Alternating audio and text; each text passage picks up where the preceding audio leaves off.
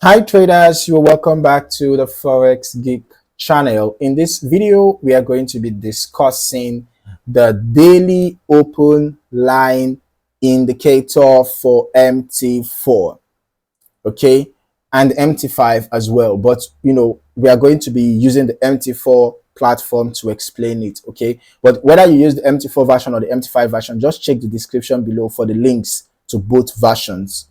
All right. Now, after downloading the indicator, you need to head over to your indicators folder for your platform. You paste the indicator file in there, and then you head back to your navigator and refresh it. After refreshing, you should find the daily open line indicator in your navigator. All right. So this is the daily open line. Just drag and drop. If you can't find it here, just restart your terminal. Ensure that the allow daily imports box is checked. Then we can see this is the time zone of data setting. Okay, you can modify the value if you want to. Okay, let's just go to the colors. We have to change this color because our background is white, so let's change it to black. Yeah, so you can see now that this indicator plots the daily opening price on your chart. Okay, let's go. Yeah, so you can see that it helps you to identify the daily opening price.